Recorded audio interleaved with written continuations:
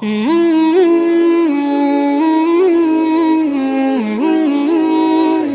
habibina wa syafi'ina Muhammadin sallallahu alaihi wasallam wa ila arwahi abaihi wa ikhwanihi minal anbiya'i wal mursalin salawatullahi wa salamuhu alaihi wa alaihim ajma'in wa ala ali kulli was sahabati wal qarabati wat tabi'in wa tabi'it tabi'in bi ihsanin ila yaumiddin wa ila arwahi walidina wa muallimina wa zawil hukuki alaina ajma'in wa khususan ila hadrati Syekh Abdul Ghani Yahya wa Syekh Umar Yusuf al-alim al-alamah al-arif ar-rabbani maulana wa qudwatuna Syekh Daud bin Abdullah al-Fatani wa hujjatul Islam al-Imamul Ghazali at-Tusi bisiril Fatihah.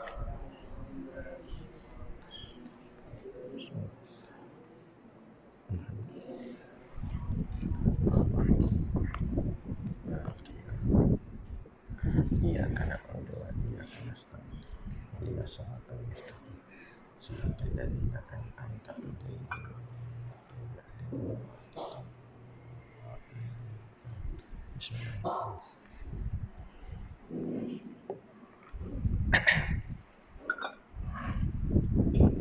Bismillahirrahmanirrahim. Alhamdulillahi rabbil alamin wa bihi nasta'in ala umuri dunya waddin. Wassalatu wassalamu ala asyrafil anbiya'i wal mursalin Sayyidina Muhammadin wa ala alihi wa ashabihi ajma'in. Ashhadu an la ilaha illallah wa ashhadu anna sayyidana Muhammadan abduhu wa rasuluh. Allahumma salli wa sallim ala sayyidina Muhammad miftahu babi rahmatillah. Salatan wa salaman daimaini bidawamil mulkillah adada ma fi ilmillah. Subhanaka la ilma lana illa ma 'allamtana innaka antal alimul hakim. Rabbi shrah li sadri wa yassir li amri wahlul 'uqdatam min lisani yafqahu qawli. Wala haula wala quwwata illa billahil aliyil azim. Amma ba'd. Alhamdulillah, kita sama-sama panjatkan syukur kehadiratillah subhanahu wa ta'ala yang dengan limpah dan kurnianya diizin oleh Allah subhanahu wa ta'ala kepada kita pada malam ini untuk berada lagi di tempat yang baik, tempat yang mulia, iaitulah majlis ilmu. Moga-mogalah Allah letakkan kita sentiasa istiqamah berada di tempat yang baik, sehinggalah Allah ambil nyawa kita pun dalam keadaan yang baik, dan akhir sekali dimasukkan kita ke dalam tempat yang terbaik, yakni syurga Allah nanti, insya-Allah. Amin ya rabbal alamin. Yang saya hormati mudir ataupun pengasas Ustaz Jafri dan seluruh ahli jawatan kuasanya yang terlibat dalam menjayakan sekolah tersebut, sekolah ini, dan seluruh guru-guru agama, kaum muslimin dan muslimat, ayah-ayah, ibu-ibu, adik-adik tahfiz yang dirahmati Allah sekalian. Kita sambung kitab kita, iaitu kitab Risalatut Tauhid, muka surat 15 ya. Kenyataan yang keempat. Bukan? Apa? Cuba baca sekitar. Kenyataan. Betul. Baik. Qala al-muallifu rahimahullahu ta'ala wa nafa'ana wa iyyakum bi ulumihi fid daraini amin ya rabbal alamin.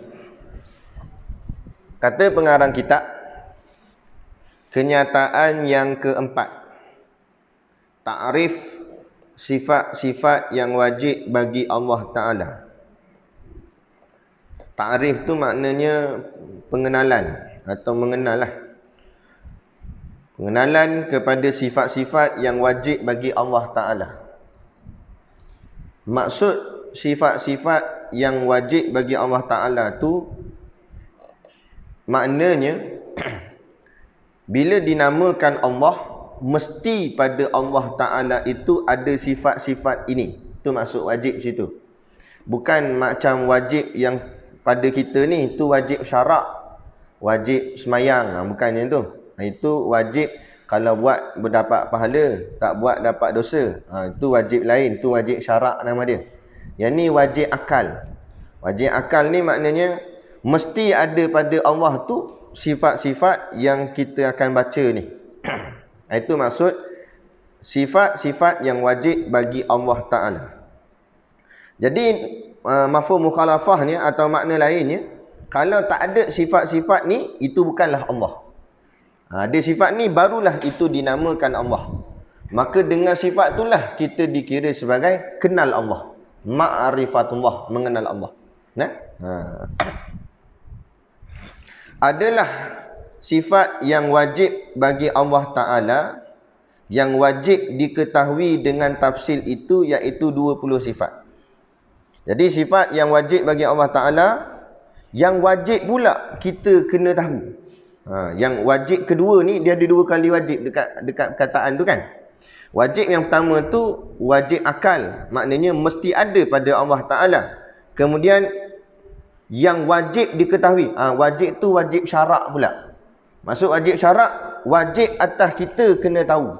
Maksud wajib sini boleh pahala kalau tahu, kalau tak tahu boleh dosa. Itu maksud dia. Yang wajib diketahui, mesti kena tahu kita ni semua dengan tafsil. Apa makna tafsil? Tafsil maknanya terperinci. Terperinci ni maknanya satu persatu. Jalan kenal sifat 20 ni dengan jalan satu-satu.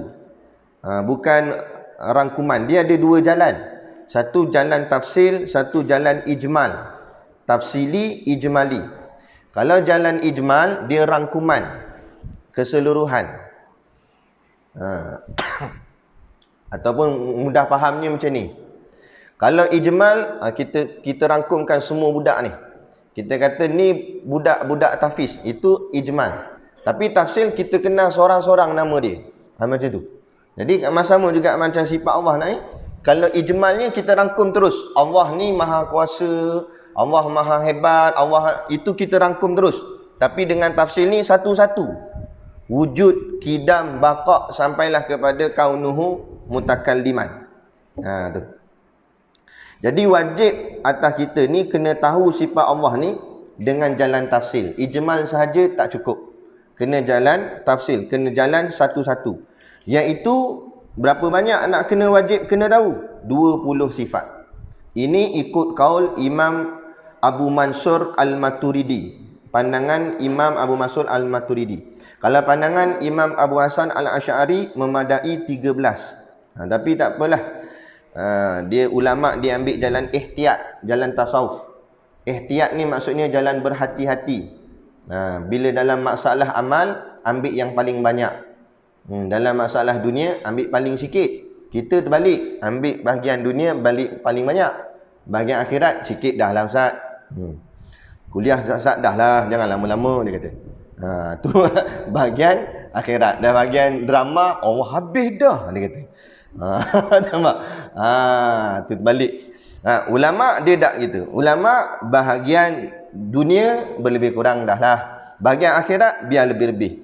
Jadi bila 2 kaul, 2 pandangan, satu kata 13, satu kata 20, ambil jalan haloba dalam masalah akhirat. Yang ni ambil 20, lebih banyak.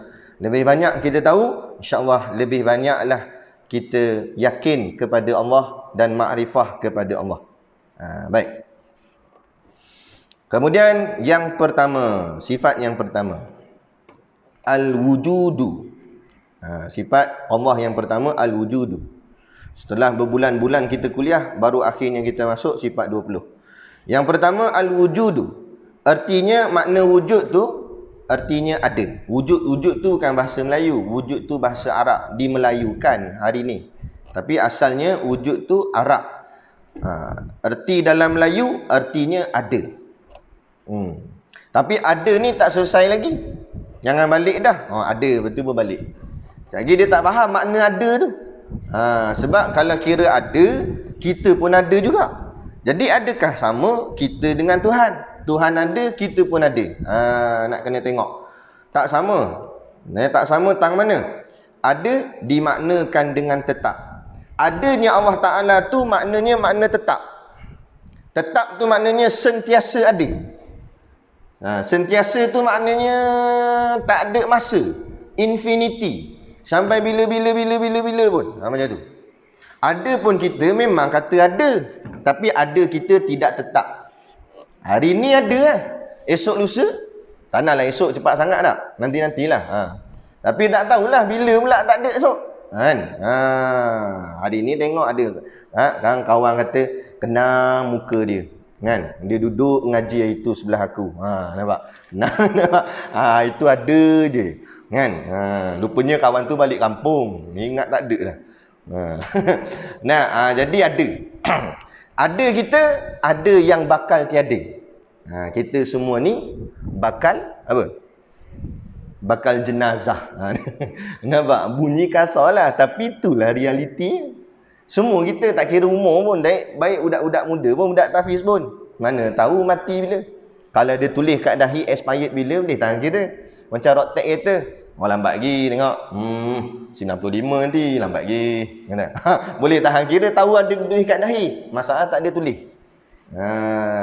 Siapa tahu esok ke, kejap lagi ke, lusa ke, minggu depan ke, tahun depan ke. Kan?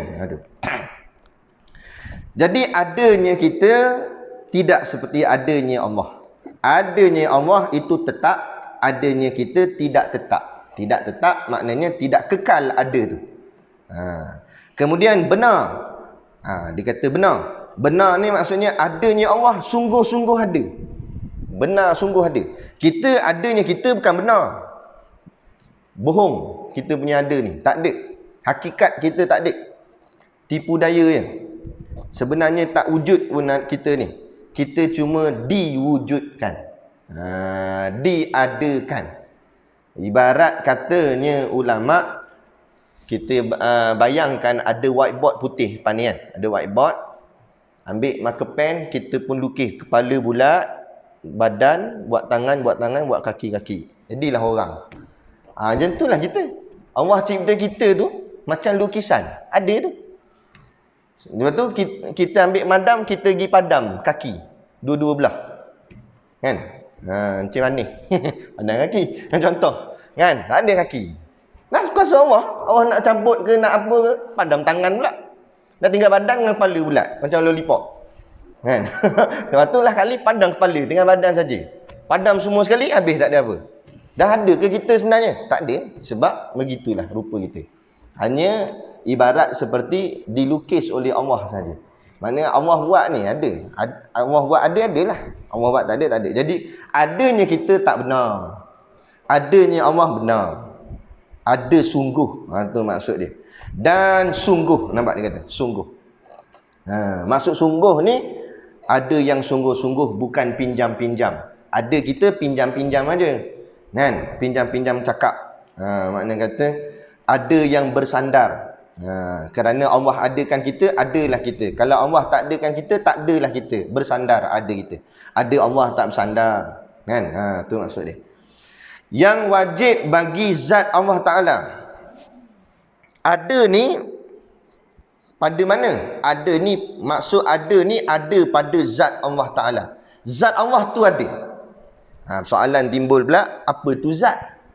Zat tu maknanya diri. Diri sesuatu. Macam saya selalu ulang-ulang lah. Ini kepala tangan kaki saya ni, ni diri saya. Ini diri ridak. Ini diri jubah. Ini diri kitab. Ini diri telefon. Ini diri meja.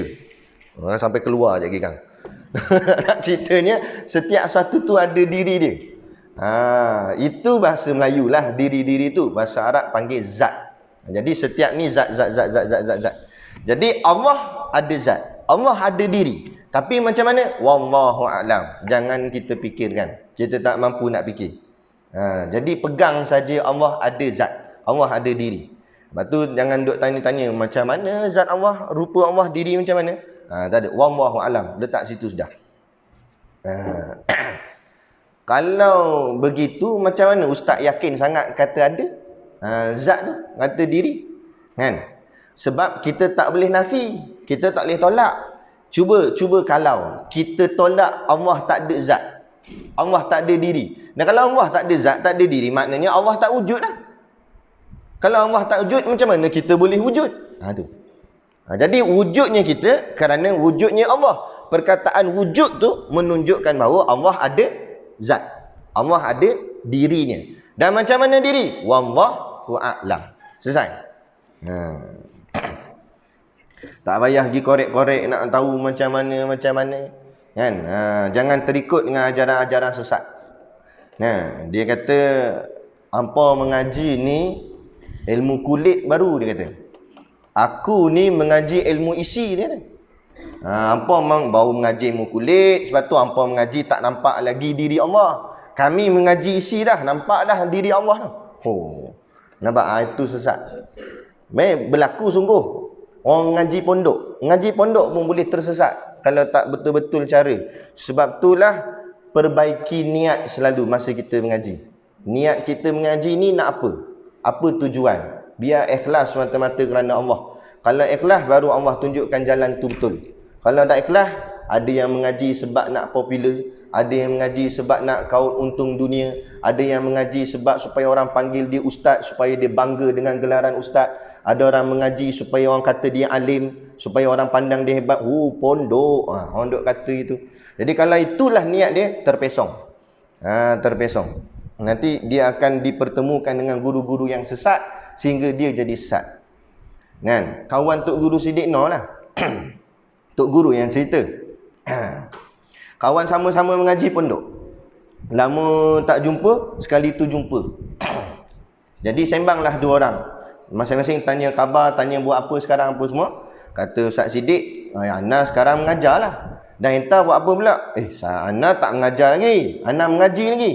Sebab yang kita mengaji kat pondok tu tak cukup. Tu baru ilmu kulit. Yang Ana mengaji sekarang ni ilmu isi, dia kata. Ilmu kulit ni tak ada benda, tak payah. Ni ilmu isi, ilmu yang sebenar, dia kata. Jadi Ustaz Siddiq pun mula-mula pening juga. Ikut mana ilmu isi? Dia selama ni mengajar ilmu kulit, kan? Dan kali dia pergi jumpa Tok Guru dia. Mujur Tok Guru hidup lagi waktu tu. Pergi pondok balik, tanya Tok Guru pendapat. Tok Guru panggil Dek, nama singkatan. Dek, benda apa atas dunia ni tak ada kulit terus isi? Kan? Ustaz Siddiq pun jenuh mikir apa benda yang dia tak ada kulit terus isi. Apa benda ni? Tak ada tak ada kulit terus isi. Pening tak boleh jawab. Last kali Tok Guru jawab. Tok kata kepala taik ni dah. Betul dah. Kepala taik mana ada kulit? Tak percaya balik nanti try tengok. Mana ada kulit, isi terus. Jadi Tok Guru kata hang pi habaq kat dia, ilmu yang dia mengaji tu ilmu kepala taik, kata. Ustaz Siddiq pun jumpa balik kawan dia tu. Tok Guru kita kata yang masa kita ngaji pondok dulu, ilmu hang mengaji ni ilmu kepala taik. Marah kawan tu. Tapi betul lah. Nak menunjukkan bahawa sesat. Tak betul. Mana ada? Kan? Semua atas dunia ni ada kulit. Roti ada kulit. Buku ada kulit. Benda apa pun semua ada kulit. Tapi Allah buat satu je tak ada kulit. Taik. Betul dah. Sebab tu Tok Guru lama ni, dia kalau buat perumpamaan, kena sungguh. Perumpamaan dia tu cantik. Walaupun nampak mungkin pelik ke apa sebagainya kan. Itu. Baik. Jadi jangan kita percaya yang mengarut-ngarut kata kita tahulah diri Allah macam mana, tak tahu. Kita hanya sekadar tahu sifat Allah. Tak payah kata diri Allah, diri kita sendiri kita tak habis kenal lagi. Betul tak? Berapa helai rambut atas kepala kita, kita tahu. Kalau botak tak kecil lah yang ada rambut. Kan? Gigi dalam mulut kita ada berapa batang? Kan? Kan? Tak tahu. Bulu hidung tak tahu. Misai tak tahu ada berapa. Kan? Pernah kira? Duduk depan cermin, lalu telap depan cermin tu. Mana ada tak tahu lah. Kan? Maknanya diri kita pun kita tak kenal habis. Dah nak tahu kenal diri Allah lagi lah. Jauh tersangat-sangat. Jadi memadai kita mengaji sifat-sifatnya. Dengan mengaji sifat, supaya membawa datang kita taat pada dia. Kita takut dengan dia. Kan? Kita walak, ikut perintah Allah. Memadai situ sudahlah. Kan? Walaupun kita tak berapa kenal sangat Ustaz Jafri contoh. Tapi kita tahu sifat-sifat dia. Sifat dia tegas. Sifat dia gini. Memadai kenal sifat tu, kita taat dengan dia. Kita tahu dia sebagai guru kita, kita ikut peraturan dia di sekolah dia. Tak apa dah. Nak lebih kurang gitulah. Kita kenal Allah, kenal sifat Allah. Nah, Allah macam mana? Nah, Allah ni Al-Muntakim, Maha Pendendam. Ingat, mau buat lebih kurang, Allah akan korek satu-satu nanti di hari akhirat. Jadi kita pun rasa takut pada Allah. Dan kita pun istighfar banyak-banyak. Ya Allah, janganlah Engkau korek balik benda-benda salah aku buat dulu. Ya Allah, ampunkanlah. Ya Allah, aku tahu dulu aku silap. Ya Allah, kalau orang lain tahu, malu aku. Ya Allah, ni sebab orang tak tahu. Kat depan orang nampak macam bagus sangat aku ni, belakang kau je tahu. Ya Allah, Nan, tolonglah ya Allah, jangan buka aib. Itu kita takutlah tu. Tu maknanya takut pada Allah. Jadi tujuan mengaji ni supaya jadi takut dengan Allah. Bila diri kita takut dengan Allah, dengan lain kita tak takut dah lah. Kan? Ini takut macam-macam takut. Takut dengan hantu. Kan? Takut jembalang. Dan hantu tu main pintu. Itu. Itu mambang pintu. Jangan main pintu. Dah takut dah. Lari dah. Nampak? Ustaz ajar dah ayat-ayat apa tak ingat dah. Lain kali baca doa makan. Allahumma barik lana fima razaqtana. Nampak? Dah takut apa? Marahlah dia. Jangan main pintu. Kalau pecah pintu tu siapa nak ganti? Hantu tu pun balik dia. Nampak? Takut apa? Dia makhluk juga sama macam kita. Macam budak-budak main pintu kan kita marah. Macam tu kan. Dah takut apa sangat. Dia makhluk juga macam kita. Sama. Dia saja nak sakat kita. Nak usik kita. Dia bukan boleh buat apa. Bukan boleh bunuh kita pun. Merepek je. Orang dulu-dulu kata mati sebab kena cekik dengan pontianak. Tak ada. Dia nampak ke sungguh pontianak cekik kawan tu? Tak ada. Kalau sungguh pontianak cekik kawan tu, buat report polis. Nampak? Polis pergi tangkap dia nak. Tak ada. Makhluk halus ni dia tak boleh buat benda. Dia cuma sakat-sakat gitu saja. Habis tu yang jadi orang tu sakit kena santau, itu izin Allah. Allah yang bagi dia sakit. Makhluk tak boleh bagi sakit. Faham betul-betul ni soal akidah. Ingat, makhluk tak boleh memberi manfaat, tak boleh memberi mudarat. Bagi baik pun tak boleh, bagi teruk pun tak boleh. Nampak? Tak boleh bagi baik. Doktor mana boleh bagi sembuh? Bukan doktor bagi sembuh, Allah yang bagi sembuh. Dan doktor cuma rawat. Kalau sembuh, sembuh. Tak sembuh, tak sembuh. Nah, begitu juga dalam soal rosak, soal menyakitkan. Yang bagi sakit Allah, bukan makhluk. Makhluk tak boleh bagi sakit. Jadi yang bagi penyakit ni Allah. Corona, bukan corona bagi mati, Allah yang bagi mati. Cuma asbabnya corona. Jadi takut corona ke takut Allah? Takut Allah. Maka minta berlindung dengan Allah. Kan? Ya Allah, selamatkan aku tu yang baca doa tu. Allahumma inni a'udzubika minal junun wal baras. Kan? Wasayil asqam tu. Doa tu minta pada Allah. Sebab yang kita takut Allah, bukan takut penyakit, takut Allah. Baik. Yang wajib bagi zat Allah Ta'ala yang tiada dikenakan dengan suatu kerna. Ini bahasa lama. Maksud dia sini, zat sifat wujud ni tak ada kena mengena dengan sifat-sifat yang lain. Dia hanya semata-mata bersabit dengan zat Allah. Makna kata begini, adanya zat Allah, maka adalah sifat yang dinamakan wujud. Takdir kata ni takdir saja. Takdir ni panggil takdir dalam ngaji. Benda ni takkan berlaku, tapi takdir ngaji nama dia. Makna kalau zat Allah tak ada, maka sifat wujud ni pun tak ada. Tapi mustahil lah zat Allah tak ada. Zat Allah sentiasa ada. Bila zat Allah sentiasa ada, maka sifat wujud pun sentiasa ada. Clear? Maka wujud itu di sisi Imam Fakhrul Razi. Imam Fakhrul Razi dan Imam Abu Mansur Al-Maturidi. Ini perbicaraan di kalangan alim ulama. Ada dua pendapat daripada dua orang imam. Seorang namanya Imam Fakhrul Razi, seorang lagi Imam Abu Mansur Al-Maturidi. Dia kata apa? Dia kata bukan ia ain maujud dan bukan lain daripada ain maujud. Yang ni payah sikit lah. Tapi benda ni sebab ada dalam kitab, saya baca jugalah. Tapi tuan-tuan, ayah ibu yang dirahmati Allah sekalian, tak payah nak fokus sangat pada bahagian ni. Sebab ini detail. Ini agak detail. Ini perbicaraan yang agak mendalam. Kita bahagian asas sudahlah. Tapi sebab dia tulis dalam kitab, saya bacakan jugalah. Jadi pendapat Imam Fakhr Razi dan Imam Abu Mas'ud Al-Maturidi, dia kata, wujud ni bukan ain maujud. Bukan suatu benda yang ada sungguh. Pada satu pendapat memang nampak betul. Wujud ni bukan benda. Boleh nampak ke wujud?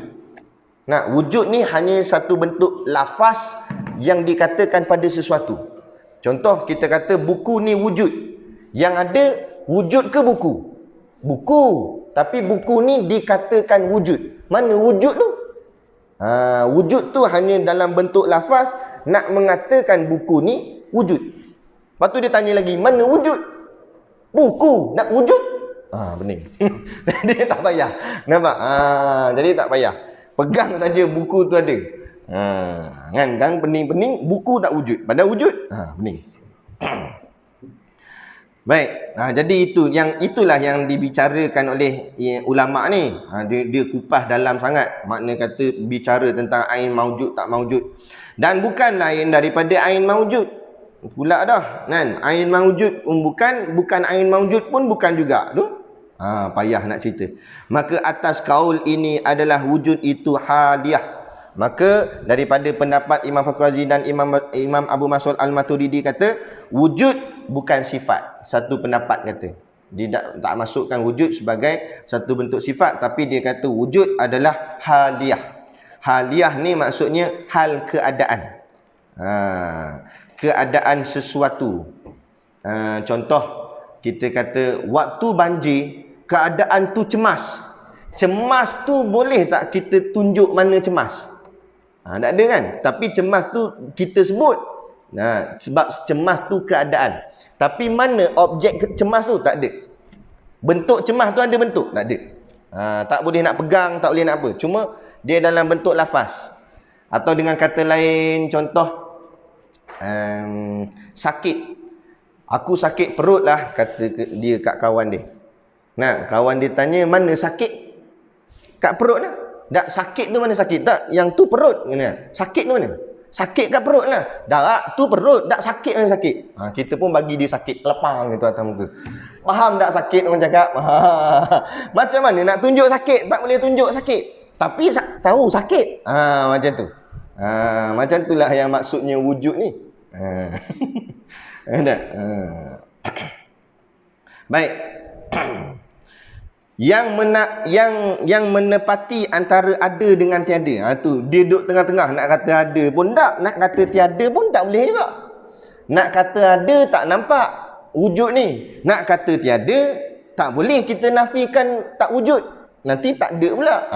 Jadi itulah ulama pening bicara dia tu, dia sebut bahagian haliyah.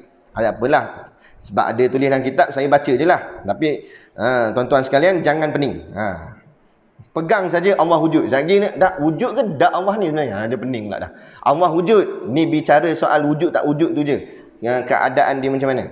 Tetapi pada pendapatan Imam Abu Hasan Al-Ash'ari, ni khilaf lah. Maknanya Imam Abu Hasan Al-Ash'ari pula di pendapat apa? Kata dia wujud itu ain maujud. Kata Imam Abu Hasan Al-Ash'ari, wujud tu sebenarnya ada. Ada sungguh. Yakni wujud itulah zat. Iaitu zat itulah yang dikatakan wujud. Jadi macam tadi ni, kita kata buku ni wujud. Lepas tu kita tanya, mana wujud? Wujud tu buku. Buku tu wujud. Macam tu. Ini pendapat Imam Abu Hasan Al-Ash'ari. Tadi Imam Abu Mas'ud punya pendapat, dia kata buku ni wujud, tapi wujud tu tak ada. Cuma lafaz sahaja kata pada buku. Imam Abu Hasan kata, tak, wujud tu ada. Wujud tu lah zat, dia kata. Jadi bila sebut buku tu wujud, orang tanya mana wujud? Buku ni lah wujud. Macam tu, boleh faham? Dia ni nak wujud ke tak?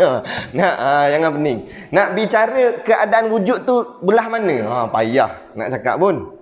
Tapi inilah perbicaraan ulama. Nak ceritanya maksud apa? Ulama ni detail. Maksud dia. Bukanlah ulama bangun-bangun tidur keluar fatwa, kan? Dia kaji berjilid-jilid kitab lah ni apa semua, barulah keluar satu-satu pandangan. irsyad fatwa dia. Jadi jangan kita cepat melenting atau mempertikaikan keputusan-keputusan ulama. Kerana apa yang diputuskan itu sudah dikaji dengan penuh penelitian. Tu. Yakni wujud itulah zat maujud, kata Imam Abu Hasan al-Asy'ari. Jadi wujud itulah zat tu sendiri, yang wujud tu. Zat tu ada, wujud tu duduk pada zat tu, yang dikata ada tu. Kerana tidak disebutkan wujud melainkan kepada zat. Kerana wujud tu sendiri gantung dengan zat tu. Ada zat, ada wujud. Tak ada zat, tak ada wujud. Jadi maknanya wujud tu lah zat, zat tu lah wujud. Macam tu. Maksud Imam Abu Hasan al-Asy'ari. Okey, boleh setakat ni? Ke pening dah? Bening-bening beli biskut kat luar tu lagi. Dia hilang pening. Apa nama ni? Barang diingat tentang percayakan wujud Tuhan. Tuhan itu ada. Bukan sahaja di sisi agama Islam, bahkan semua agama dalam dunia ini mengatakan Tuhan itu ada. Maksud ni sini dia kata, bukan orang Islam je kata Tuhan ada. Yang bukan Islam pun kata Tuhan ada gak, melainkan satu saja, golongan etis. Golongan etis, golongan tak percaya Tuhan. Satu lagi dipanggil ideologi komunis. Lepas tu komunis ni bahaya. Lepas tu ulama kita dulu betul-betul menentang komunis. Bukan pasal jajah tak jajah, tapi ideologi dia tu tersangat-sangat sesat. Sebab apa sesat? Dia kata Tuhan tak ada. Habis macam mana jadi semua ni? Terjadi dengan sendirinya. Dipanggil semula jadi. Dia jadi sendiri. Kan? Merepek. Dia kata bumi ni dulu dia semua rata. Rata je bumi ni. Kemudian meteor daripada planet jatuh ke bumi. Zaman dinosaur dulu. Bila jatuh meletup. Bila meletup, bumi yang rata tadi ada yang pecah. Jadi bentuk kawah, bentuk berlubang tu. Air hujan pun turun. Bila air hujan turun, bertakung air. Jadilah laut, jadilah sungai. Dia punya pendapat. Pendapat orang tak percaya Tuhan ni. Kan? Jadi sendiri dia kata. Kan? Habis macam mana kita nak lawan hujah ni? Sekali dengar macam nampak macam betul lah. Kan? Kalau kita tak mengaji. Macam mana nak lawan hujah ni? Kita tanya balik dia. Bumi ni cantik ke hodoh? Tanya dia. Kita tengok bumi ni lawa ke hodoh? Lawa dengan bukit bukau cantik. Gilah Cameron, Genting ke apa kan. Tempat-tempat peranginan cantik bumi ni. Dengan air terjun, air sungai apa semua. Jadi kita fikir dengan logik akal tak? Dia nak main logik, kita pun main logik juga. Kita fikir dengan logik akal, tanya dia, takkan bumi yang cantik terjadi dengan sebab letupan? Boleh ke sesuatu benda yang meletup hasilnya cantik? Ada? Muka kita tak berapa cantik, boh macam bola kat mulut. Dengan boh satu sikit sangat, boh 5. Nampak? Maka tunggu dia meletup. Jadi cantik lah. Cantik ke hodoh lepas tu? Pum, mata duduk sini. Hidung duduk atas ni. Nampak? Pecah habis muka. Dah lawa ke hodoh?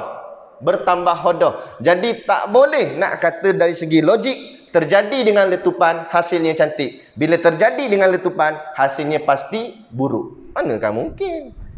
Boleh jadi cantik? Merepek. Dia kata. Jadi kita kena lawan hujah-hujah mereka ni. Untuk inilah soal akidah. Supaya jangan kita mudah percaya dengan kata-kata orang. Kita kena fikir betul-betul dengan nasnya, dengan Quran hadisnya. Tu. Baik, jadi barang diingat tentang percayakan wujud Tuhan ni, semua dia kata Syekh, agama lain-lain pun selain daripada etis tadi dah yang tak percaya Tuhan tu, agama lain pun percaya bahawa adanya Tuhan. Sebenarnya etis ni dia bohong pada diri dia sendiri. Dia pun percaya ada Tuhan. Ni terbukti dalam kitab apa nama kitab tu? Uslub dakwah kalau tak silap. Kan? Dr. Abdul Karim Zaidan, pengarang dia. Dia cerita dalam tu pernah berlaku di zaman Perang Dunia Kedua dulu. Bila tentera Rusia ni dia tak percaya Tuhan. Dia golongan etis, dia komunis. Jadi dia bawa jet pejuang dia tu. Kemudian jet dia tu, kapal terbang dia tu kena tembak. Dia punya kipas rosak. Jadi jet dia nak jatuh nak menjunam jatuh. Dalam keadaan kritikal waktu tu, dalam keadaan mendesak, bila nak jatuh, terkeluar daripada mulut dia, "Oh my God," dia kata. Padahal dia tak percaya Tuhan, tapi bila saat genting, dia akan sebut Tuhan. Itu menunjukkan semua manusia fitrah nak bertuhan. Tak kira siapa pun. Bukan hanya Islam, siapa-siapa pun. Semua mengaku bahawa dirinya ada Tuhan. Macam kita enggak? Semua kita mengaku kita ada ayah, ada mak. Walaupun mungkin kita berpisah dengan ayah atau mak kita sejak daripada kecil. Ataupun ayah kita meninggal ke mak kita meninggal, lahir-lahir tak nampak dah. Tapi kita yakin tak kita ada ayah, ada mak? Itu fitrah nama dia. Fitrah ni dia tak payah pergi kelas. Dia tak payah pergi kursus, tak payah pergi masuk pondok. Fitrah ni Allah sendiri direct. Masa jadi cipta keluar perut mak tu, Allah dah bagi dah ilmu. Tu dipanggil fitrah. Macam mana fitrah? Lelaki suka perempuan, perempuan suka lelaki. Tu tak payah ajar. Buat kelas cinta nama dia. Okey, kamu lelaki kena suka perempuan tau. Oh ya ke? Nak suka lelaki boleh tak? Tak ada kelas, tak payah buat kelas benda tu. Benda tu jadi sendiri. Sampai masa mula dia rasa segan-segan. Gitu. Tu namanya fitrah.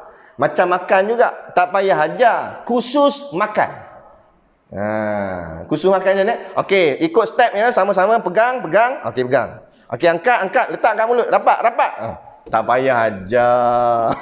Nampak? Daripada kecil tahu dah. Budak-budak tengok umur 2 tahun kan. Dia ambil apa pun masuk mulut. Ada tak ada budak-budak masuk ke telinga? Tak ada. Sebab itu namanya fitrah.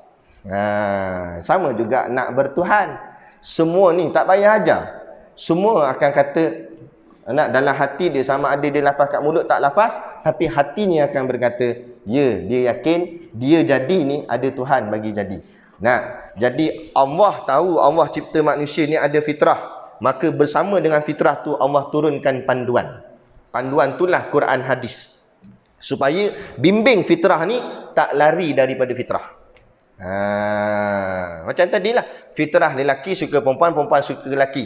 Datang Quran hadis, datang Islam, pandu macam mana nak salurkan lelaki suka perempuan tu dengan jalan yang halal, bukan dengan jalan yang haram. Tu. Jadi bukan Islam menghalang fitrah, malah Islam meraihkan fitrah dan bimbing fitrah supaya fitrah tu jadi elok. Sama juga bila manusia nak bertuhan, maka datang Quran hadis tunjuk siapa Tuhan. Allah hantar Nabi kita Nabi Muhammad cerita pada umat bahawa siapa yang dinamakan Tuhan, namanya Allah. Sampai hari ini kita kenal Tuhan kita bernama Allah. Tu cerita dia. Jadi ruang dakwah kita luas. Jangan pandang dakwah ni pada sudut orang-orang Islam tu yang bukan Islam. Sebab dalam hati dia sudah beringinkan Tuhan. Tinggal lagi kita fahamkan dia siapa Tuhan sebenar. Cuma di Malaysia kita ni dia jadi sempit sikit pemikiran bahawa Melayu sahaja Islam. Kita tak pandang Cina pun mesti Islam, India pun mesti Islam. Jadi kita kena pecahkan mentaliti yang memisahkan antara kita dengan bangsa-bangsa lain ni. Bangsa tak jadi masalah. Masalahnya kita nak unitekan semua bangsa ni dengan satu agama, iaitu Islam. Tak kiralah bangsa apa pun. Dan kita sebenarnya malu dengan bangsa Cina. Kerana antara Melayu dengan Cina, Cina masuk Islam dulu berbanding Melayu. Sahabat Nabi sampai kat negara Cina dulu, sampaikan Islam. Kemudian tu barulah datang daripada Yaman. Ulama-ulama daripada Yaman datang ke tanah Melayu, sebarkan Islam. Jadi Melayu ni jadi Islam lambat sedikit daripada bangsa Cina di negara Cina. Bukan Cina sini, Cina sana. Kan? Jadi gitu. Makna kata Islam untuk semua. Bukan Islam untuk Melayu saja atau Arab saja. Jadi kitalah kena buka ruang dakwah tu, menceritakan. Sebab dalam hati dia nak bertuhan dah. Sebab tu bila dia nak bertuhan tu, ya dia jadi merepek tu. Dia malam-malam dia lepak kedai kopi dengan kawan-kawan dia. Kita ni percaya ada Tuhan tak? Percaya. Dah macam mana agak Tuhan? Mereka-reka. Tu yang buat kepala gajah. Nampak? Buat badan besar. Sebab dia kata Tuhan mesti besar, takkan kecil. Dia kata, dia pun buat besar. Buncit perut. Kita tanya, awak buncit? Banyak minum dia kata. Nampak? Nampak? Jadi ni, itu sebab apa jadi begitu? Sebab hasil pemikiran yang mengarut. Tu yang jadi bentuk-bentuk patung berhala tu. Bukan zaman sekarang, daripada zaman dulu. Lepas tu ada yang jenis dalam hutan Dayak, hutan apa semua. Dia bangun-bangun tengok matahari naik. Dia kata ni ikut Tuhan sebab terang sangat cahaya. Ada sembah matahari. Sebab apa? Sebab dia tak tahu. Tapi hati nak bertuhan. Bila hati nak bertuhan, Allah hantar Nabi untuk sampaikan dakwah. Untuk salurkan perkara yang dia nak tu kepada jalan yang betul. Yang ni kenalkan pada dia siapa Tuhan yang sebenar. Bukan matahari, bukan apa yang kamu bayang, kepala gajah apa tu semua kan. Tu semua makhluk yang dia cipta. Kita pun terang pada dia. Dah Nabi dah tak ada, siapa kena pikul tugas ni? Kita semua. Kan? Al ulama awarasatul anbiya. Mewarisi kerja-kerja kenabian untuk menyampaikan dakwah agama ni kepada seluruh umat. Aduh. Di dalam dunia ini mengatakan Tuhan itu ada. Bagaimana firman Tuhan seperti mana yang Allah sebut dalam Quran yang berbunyi wala in sa'altahum man khalaqas samawati wal ard la yaqulunallah. Artinya, dan jika kamu senya orang-orang kafir itu siapa yang menjadikan langit dan bumi, nescaya berkata mereka itu Allah yang menjadikan. Maknanya kalau kamu tanyalah kepada mereka orang kafir, siapa jadi langit bumi? Semua orang akan jawab Tuhanlah bagi jadi langit bumi. Maknanya dia percaya ke Tuhan. Cuma Tuhan tu yang mana satu yang dia kenal, yang dinamakan Tuhan. Sebab orang Arab jahiliah dulu pun panggil Allah juga. Tapi Allah macam mana yang dia kenal? Allah yang salah dia kenal, bukan Allah yang sebenar. Dia kata Allah ada anak. Mana ada Allah ada anak? Tu yang turun suratul Ikhlas. Kan? Kul huwallahu ahad. Allahus samad, lam yalid wa lam yulad. Allah nak nyatakan sebab orang kafir Quraisy kata Allah ada anak. Allah kata Allah tak ada anak dan tidak diperanakkan.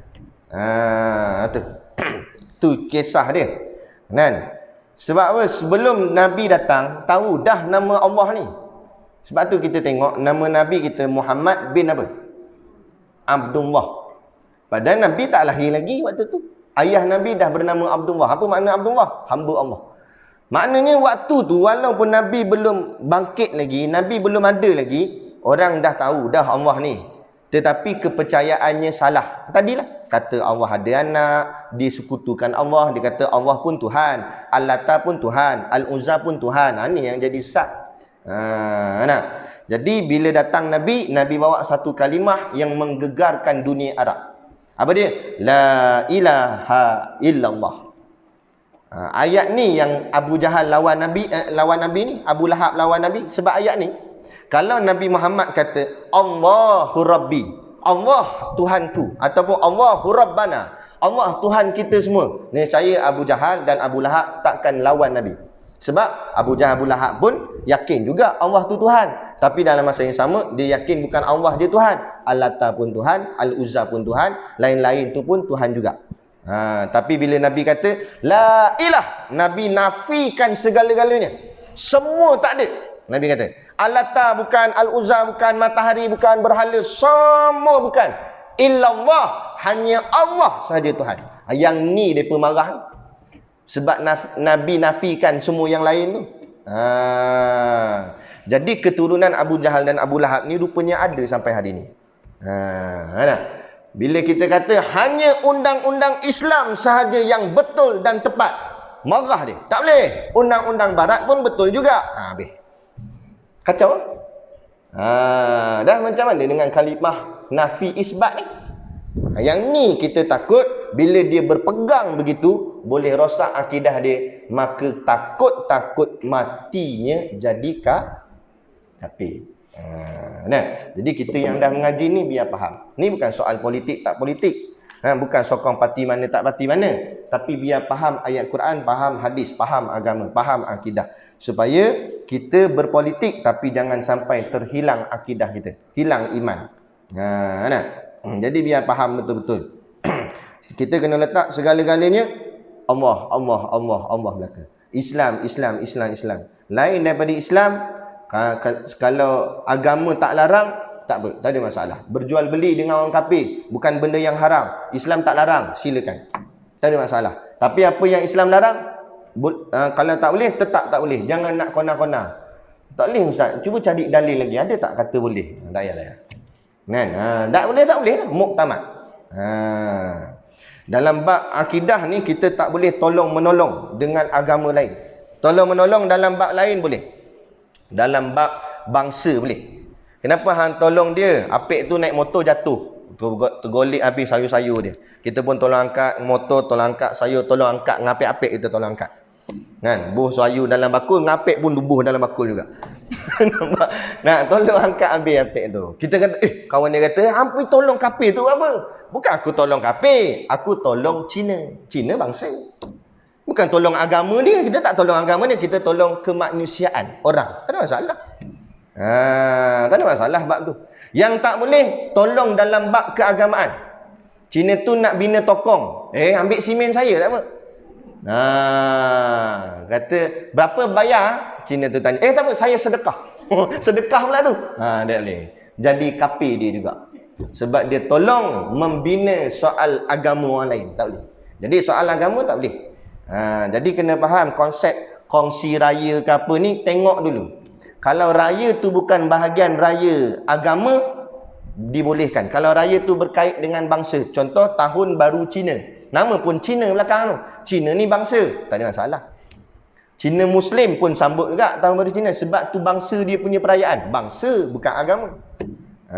Tapi kalau Deepavali itu agama, bukan bangsa. Jadi mana boleh raya kita dikongsi dengan Deepavali, di wish pula tu happy Deepavali.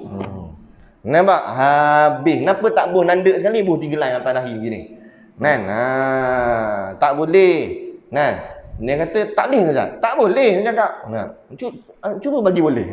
Boleh ambil kitab ketuk atas balik. Kata tak boleh. Bab agama tak boleh. Bab akidah tak boleh.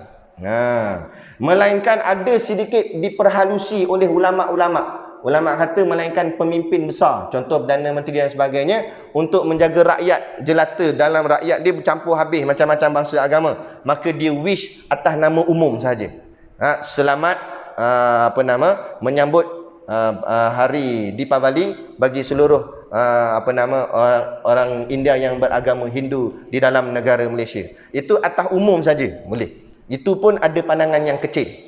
Kalau pandangan tok-tok guru pondok lama kata tetap tak boleh, tapi pandangan moden sedikit, dia kata boleh untuk menjaga rakyat semata-mata. Tapi kita gi wish sama-sama kawan tu tak boleh. Merry Christmas tak boleh. Ni bukan zakat Merry Christmas, dia pakai tu topi Santa Claus dengan janggut siap. Mana kita pergi kedai kat shopping mall ke apa kan? Dia dengan janggut siap, padahal perempuan pakai janggut ni. Ho dia kata. La ilaha illallah. Sebiji. Ni kata Nabi kata, man tashabbaha biqaumin fahuwa minhum. Siapa menyerupai satu kaum, datang daripada kaum tu. Mau ikut Yahudi jadi Yahudi. Jadi nak ikut Nasrani jadi Nasrani. Jadi tolong jaga anak-anak kita apa semua. Nak bekerjalah. Tapi ingat ada batas-batas syarak. Ada boleh, ada tak boleh. Jangan pakai ikut hentam. Ingat rezeki daripada Allah, bukan daripada bos, bukan daripada majikan. Apa guna mu dapat duit banyak daripada kerja kamu, majikan kamu tu, tapi duit tu sikit pun tidak diberkati Allah. Akhirnya duit tu buat menyusahkan kamu, bukan menyenangkan kamu. Nak? Baik. Kita tangguh yang kedua Al-Qidam. Setakat ni yang pertama wujud ni faham Boleh? InsyaAllah. Cepat faham. Saya 3 tahun mengaji pondok, mu faham. Kat mana berhenti yang ni, kitab kita ni? Kemudian tak kala kami dapatkan jalan ini. Qala al-muallifu rahimahullahu taala wa nafa'ana wa iyyakum bi ulumihi fid daraini amin ya rabbal alamin, kata pengarang kitab. Kemudian tak kala kami dapat akan jalan ini dengan sifat ini. Jalan ini ni maksudnya jalan apa dia? Jalan tasawuf ni. Bila kami dah dapat jumpa akan jalan tasawuf ni dengan sifat ini. Sifat ini ni maksudnya sifat yang susah. Sebab tasawuf ni susah. Dalam tiga-tiga ilmu fardu ain yang paling susah sekali tasawuf. Bukan susah belajar. Belajar tak susah. Kalau ikut belajar paling susah tauhid. Dan lagi susah fiqh. Tauhid ni nak kena hafal wujud, qidam apa semua tu tadi tu, term-term dalam tauhid. Fiqh pula kena banyak membaca kitab-kitab fiqh. Mazhab Syafi'i saja banyak kaul. Ada kaul Imam Nawawi, kaul Syekh Ibn Hajar, kaul Imam Romli, Allah macam-macam pecahan. Kalau kira mengaji susah ilmu tauhid, susah ilmu fiqh. Tapi kalau mengaji ilmu tasawuf senang je. Tasawuf mengajar apa? Okey, riak. Riak ni maknanya kita nunjuk-nunjuk. Jadi tuan-tuan jangan tunjuk-tunjuk ya. Okey, baik. Boleh, senang je. Bukan payah, betul tak? Balik tu nunjuk dah. Saya ni tunjuk gelang. Nampak? Padahal tadi dalam kelas angguk. Yang susahnya bukan bahagian belajar tasawuf ni. Susahnya bahagian amal. Amal tu Allah terlampau susah. Orang yang mengajar tasawuf belum tentu dia amal tasawuf. Nampak? Saya sendiri baca kitab tasawuf belum tentu saya amal. Saya silap, kita pula yang kena. Kan? Dan jalan tasawuf ni bukan hanya serangan dia tu, susah dia tu, bukan hanya diserang kepada ahli maksiat, malah ahli taat. Lagi tinggi taat, lagi besar ujian tasawuf dia. Lagi tinggi makam kita duduk. Mula-mula tak apalah jadi budak biasa, budak sekolah kebangsaan. Okey, naik masuk tahfiz, dia uji dah. Budak tahfiz pakai serban atas kepala. Lama-lama hafal pula juzuk banyak. Kan? Orang tanya dah berapa banyak dah hafal? Satu je lagi. Satu je lagi. Satu lagi makna 29 tak? Baru satu. Satu lagi tu dah 29 katalah contoh. Jadi dia hafal banyak dah dekat 29 juzuk kan. Banyak juzuk dah hafal kan. Kadang-kadang dalam hati tu ada gangguan. Gangguan apa? Dia memandang rendah kawan dia yang baru Iqra. Kawan pula banana tak habis-habis itu. Nampak? Dia pun jeling gitu, pandang lekeh kan. Saya ada tengok video korang buat tu. Mana pelakon dia? Ada drama dia punya dia pun ni. Boleh dah ambil sign lagi artis. Baik. Mana tadi? Mana kata belajar memang senang, nak amal tu susah. Bahagian amal tu, payah tasawuf ni. Kan? Dalam duk buat, tak kata kita orang biasa, ulama banyak terkena. Ada kan, dia bicara-bicara padahal dia kena sombong kan. Janganlah begitu, berlebih kurang dah lah. Kadang kita ni ialah kita tahulah diri kita siapa, makam macam mana kan. Orang panggil tok guru, orang panggil syekh ke sebagainya. Tiba-tiba ada orang salam daripada belakang. Memanglah dari segi adab tak elok. Salam tok guru dari ulu tangan daripada belakang, kena pusing kot depan, salam bahagian depan. Ni ulu belakang. Dia tengok kawan tu ulu belakang. Aku tak akan salam dengan hang sampai bila-bila. Ada jadi macam tu, saya jumpa dah. Kan? Tahu dah orang tu tersalah adab, tapi kitalah tugas mengajar adab. Tiba-tiba kita lagi tunjuk tidak beradab. Macam mana nak didik masyarakat kepada adab? Kan? Janganlah macam tu. Makna kata tadi itulah, dia boleh mengajar tapi kadang-kadang nak amal tu payah. Lagi-lagi dalam masalah ilmu tasawuf. Lepas tu kata Imam Ghazali, jalan ini tersangatlah susah. Maka kami tilik. Kemudian Imam Ghazali pun tilik. Tilik ni maksudnya dia perhati, dia buat kajian teliti. Macam mana nak susun sebuah kitab yang nak ajar pada umat ni, macam mana nak jadi diri kamu ni terhindar daripada penyakit-penyakit mazmumah tadi. Sebab jalan dia susah, maka dia nak tolong. Macam mana nak boleh lepas jalan yang susah ni. Maka baikkan tilik pada kaifiat memutuskan dia. Maka dia pun fikir-fikir bagaimana, kaifiat tu maknanya bagaimana nak memutuskan dia. Nak selesaikan masalah hati ni. Dan barang yang berkehendak kepadanya, dan apa-apa yang perlu kepada untuk mengubat hati kita ni. Tu yang lagu tu apa? Tombok hati tu. Tombok hati iku limo perkarane. Kan? Bahasa Jawa tu. Kan? Tak tengok ke? Bagusnya tengok Quran je kan. Ada satu lagu Opik, artis Indonesia, dia bawa lagu. Sebenarnya tu lagu tu syair daripada Sunan apa nama tu? Wali Songo Wali Songo. Wali-wali Allah di Indonesia tu dia susun. Maknanya dia kata obat hati ada 5 perkaranya. Yang pertama, moco Quran nan maknane. Baca Quran beserta maknanya. Kalau baca Quran saja tak faham makna, takut tak tersentuh di hati. Kita baca Quran, baca terjemahan. Kadang-kadang Allah akan buka cahaya. Allah sampai menangis-nangis kadang-kadang baca Quran. Kan? Lagi apa dah, tak ingatlah lagi 4 tu. Dia ada dalam lagu tu. Kan? Nak ceritanya tu, makna kata itulah ulama susun macam mana nak ubat barang yang payah ni, barang hati ni. Ya, dan barang yang berkenaan kepadanya oleh hamba daripada bekal. Nak sediakan bekal yang cukup dan senjata. Senjata ni maksudnya ialah nak pertahankan hati tu daripada terkena anasir-anasir yang akan menipu kita. Nampak ni? Dan pegawai dan tipu daya daripada ilmu dan amal.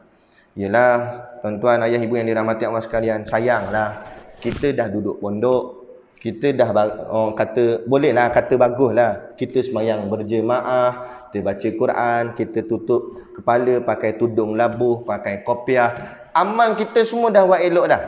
Tiba-tiba kita tak jaga hati tu, setan cocok, kita rasa hebat, kita rasa kita lagi bagus daripada orang yang tak masuk pondok, kita rasa kita alim sebab kita mengaji banyak, kitab banyak, kita rasa amal kita banyak, kita pun memandang rendah pada orang lain.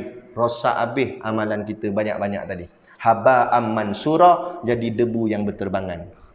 Tak sayang ke? Penat kita buat sampai bengkak dahi-dahi sujud. Dah kali apa pun tak dapat. Itulah dia ilmu tasawuf. Kan? Dia nak ajar kita gitulah. Supaya jangan nampak diri kita tu lebih daripada orang. Dia kenapa jadi ada sifat takabur dalam diri? Dia punca dia satu je. Sebab kita rasa kita lebih pada orang lain. Jadi macam mana nak buang takabur tu? Buang rasa lebih tu.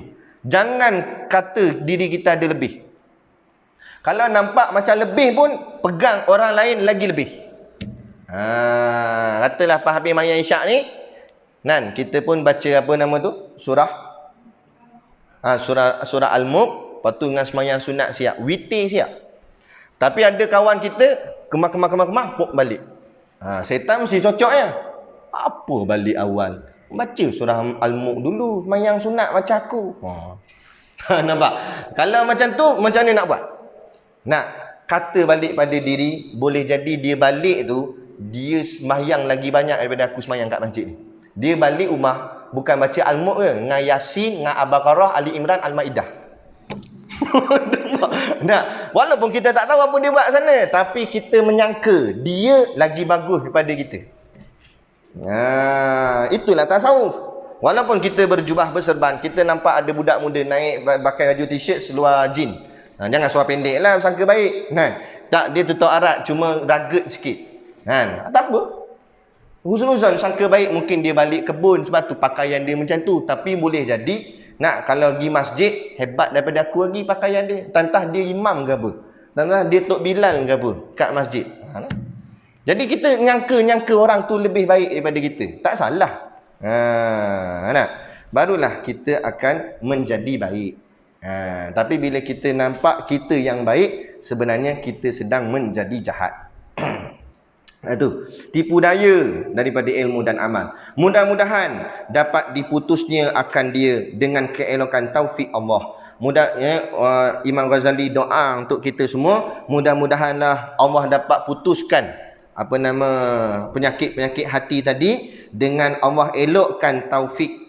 Taufik Allah kepada kita. Taufik ni maknanya ta'yid. Ta'yid ni maknanya kekuatan. Allah beri kepada kita kekuatan untuk nak lawan nafsu kita tadi tu. Nak lawan rosaknya hati kita tu. Di dalam sejahtera dan jangan terhenti dan putus di dalam bukitnya. Dan dalam Imam Ghazali mengkiaskan hidup kita ni macam mendaki bukit. Lagi kita berjalan, lagi naik, lagi tinggi kita naik. Lagi kita beribadat ni, kita sedang mendaki. Kita akan nak sampai kepada puncaknya. Jadi lagi tinggi, lagi banyak halangan lah. Macam kita mendaki mana-mana bukit dah. Kat bawah ni, dia orang cakap apa? Landai lagi. Sampai naik atas tu, dia makin curam, makin curam, makin curam. Lah kali tegak betul-betul macam ni. Kena pakai tali lah apa semua. Kalau silap langkah, salah tempat kita pijak, jatuh terus. Jatuh pula, habis kita cedera parah. Kalau cedera tak apa lagi, ada yang mati terus semua ada. Macam itulah dalam soal kehidupan beribadat ni. Lagi kita beribadat, mula-mula landai je.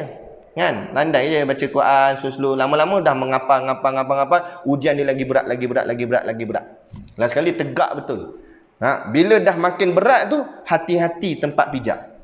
Maknanya kata apa saja kita buat, hati-hati, jaga-jaga. Kalau salah benda kita buat, sama ada kita jatuh, cedera parah atau mati terus.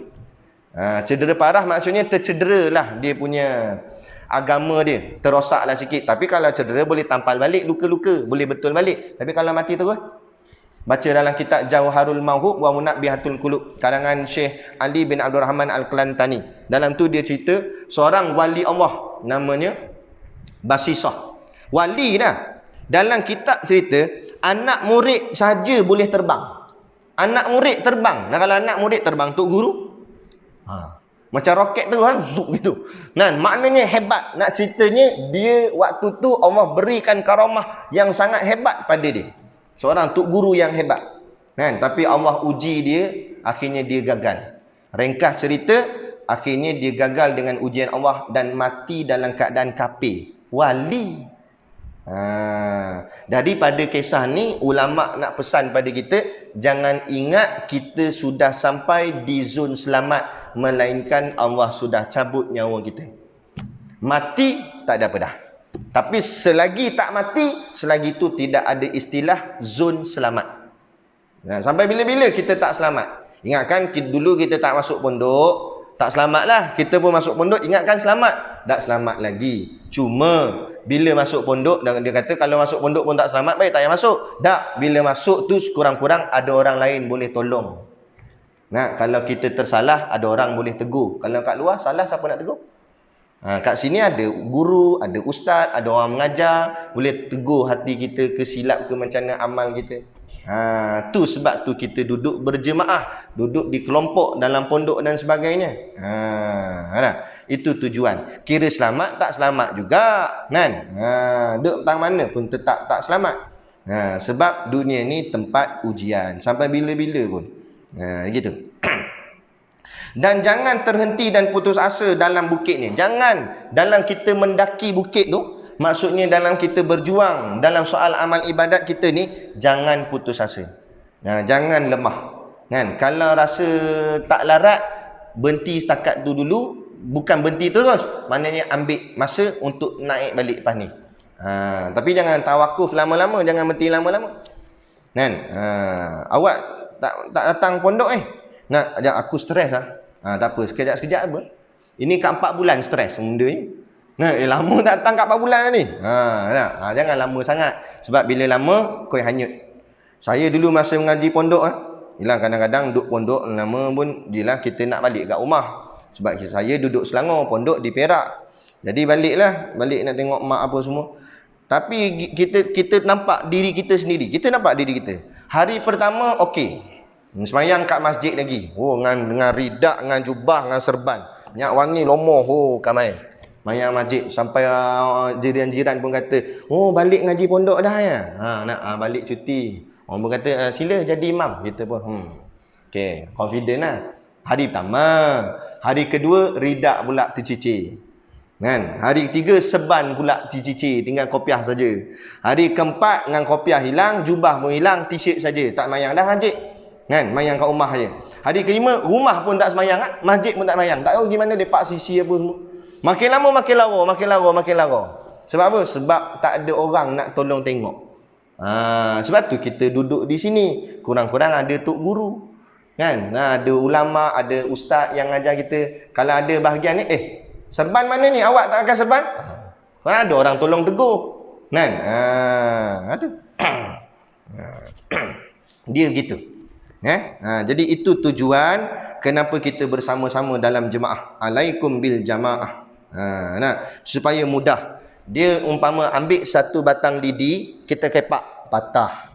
Tapi cuba ambil 10 batang lidi, kita kepak, boleh patah tak? Boleh patah, dia kerah. Sebab apa? Sebab berjemaah. Macam itulah. Bak kata tok guru kami pula, tok guru Siddiq Noh, dia kata macam kita tidur qiyamul lail di masjid. Masjid banyak nyamuk. Tapi kita tidur seorang. Nyamuk ada 10 ekor. 10 ekor lagi kat kita. Ketik-ketik, kelepak sini, kelepak sini, kelepak sini. Nah, lain kali ambil bantal, awak masuk balik dalam bilik. Tak jadi qiyam mulai.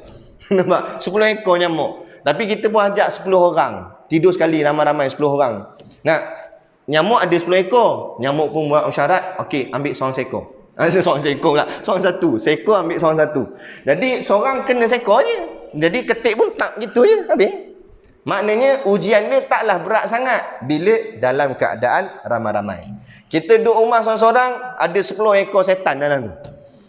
Habislah dia kata drama. Baru nak baca Quran dia kata drama. Tutup sadaqallahul azim. Tak mani tak jadi baca Quran, tengok drama. Jadi dia suruh kita buat benda lara lah apa dah 10 ekor ada dalam tu. Tapi bila datang sini ada kat 10 ekor, tapi sebab kita ada ramai, dia pun nak pergi mana satu dia pun tak tahu nak pergi mana. Jadi kalau kena ganggu pun taklah seberat kena ganggu di luar. Itu tujuan. Boleh? Ni, jangan balik. Duduk je sini. Dan mudah-mudahan dapat diputusnya akan dia dengan keelokan taufik Allah di dalam sejahtera, dan jangan terhenti dan putus di dalam bukitnya yang membinasakan. Ingat, kalau kita putus asa, jatuh, binasanya lebih teruk. Jadi walaupun susah, teruslah naik, walaupun sikit-sikit, perlahan-lahan. Jangan disebabkan nampak ianya susah kita putus asa. Macam adik-adik sekalian, anak murid anak kat sekolah pun sama tak? Kadang putus asa daripada hafal Quran. Betul dah, memanglah susah. Tapi kita fikir kalau kita putus asa, apa hasil kita dapat? Kan? Lah kali bukan main duduk sini pakai serban ngapa Quran. Dah sikit je lagi. Kadang-kadang lagi 5 juzuk je. Lagi sikit nak habis, lagi berat ujian dia. Kita pun putus asa, malah berat sangat, dah banyak sangat ngapal dekat 25 juzuk dah berat sangat. Dia pun putus asa. Keluar-keluar, lah kali niaga burger. Padahal tujuan asal masuk sini boleh nak jadi ulama, boleh nak jadi ustaz. Lain kali ulama burger jadi. Bukanlah salah niaga burger tu, taklah salah. Tapi patutnya dia boleh jadi lebih hebat daripada tu. Tapi sebabkan nak keputusasaan dia tu menyebabkan jadi rugilah dia. Jadi jangan putus asa. Susah macam mana pun perlahan-lahan. Ada. Kalau penat berehat sekejap, lepas tu kayuh lagi. Perlahan-lahan gitu. Lama-lama sampailah. Dia pegang gitu je. Kita berjalan walaupun slow, lama-lama kita akan sudah semakin jauh dengan destinasi awal kita. Betul tak? Kita tak naik kereta, tak naik motor, kita jalan kaki daripada masjid ni, jalan sampai keluar. 10 langkah kita nampak ada lagi kubah masjid. Kita jalan lagi 100 langkah, nampak sipi-sipi je kubah. Jalan 1000 langkah, kubah tak nampak dah. Maknanya, walaupun perlahan kita berjalan, tetapi sebenarnya kita sedang bergerak. Begitulah dalam kehidupan ibadat kita. Perlahan-lahan. InsyaAllah, dan kita semakin maju ke hadapan. Dia gitu. Dan jadi dia kata, maka jadi binasa ia serta orang yang binasa. Jadi orang yang gagal, binasalah dia, rosaklah dia. Kami berlindung dengan Allah daripada yang demikian itu. Maka kata Syekh, minta pada Allah, minta perlindungan daripada Allah. Supaya Allah selamatkan kita semua dalam ujian perjalanan hidup ni, sehinggalah Allah ambil nyawa kita dalam keadaan bersih, suci. Balik jumpa Allah dalam keadaan seperti mana kita lahir semula. Moga-moga begitulah. Sebab tu kadang-kadang di saat-saat ujung usia Allah bagi sakit. Janganlah kita ngomel dengan sakit kita. Jadi kadang-kadang sakit tu tujuannya sebab nak gugurkan dosa-dosa kita. Supaya bila saat kita mati, dosa tu semua telah diampunkan Allah. Dosa tu telah digugurkan Allah. Alhamdulillah. Walaupun dunianya pahit, insya-Allah akhiratnya indah. Apa guna dunianya indah tapi akhiratnya pahit. Jadi cukup sekadar tu dulu pada malam ni. Kita sambung. Maka kata muallif radhiyallahu anhu. Di situ.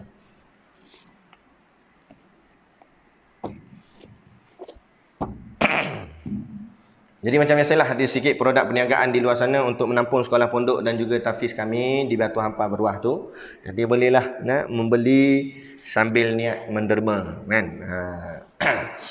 Jadi pakak-pakaklah bantu perjuangan Islam. Tak kira lah di mana-mana pun, kat Kidaf ke, kat kami Kiam ke, mana-mana pun, kan, kita buatlah untuk agama Allah. Moga-mogalah Allah bantu kita balik. Intan surullah yansurkum. Siapa tolong agama Allah, Allah tolong dia semula. Nah, jadi cukup sekadar tu. Wabillahi taufiq wal hidayah. Assalamualaikum warahmatullahi wabarakatuh. A'udzu billahi minasyaitonir rajim. Bismillahirrahmanirrahim. Alhamdulillahirabbil alamin wassalatu wassalamu ala asyrafil anbiya'i wal mursalin sayyidina Muhammad wa ala alihi wa sahbihi ajma'in. Allahumma taqabbal minna salatana wa du'aana innaka antas samiul alim wa tub alaina innaka antat tawwabur rahim. Allahumma ja'al dinana dinan nabiy Muhammadin sallallahu alaihi wasallam wa islamana islamal muslimin wa imanana imanal mu'minin wa salatana salatal khashiin wa a'malana a'malas salihin wa niyatana niyatal mukhlisin wa dhunubana ya Allah dhunubal mustaghfirin wa hayatana hayatal ulama wa mautana bimautis syuhada wa adkhilal jannata ma'al anbiya'i alaihimus salatu wassalam.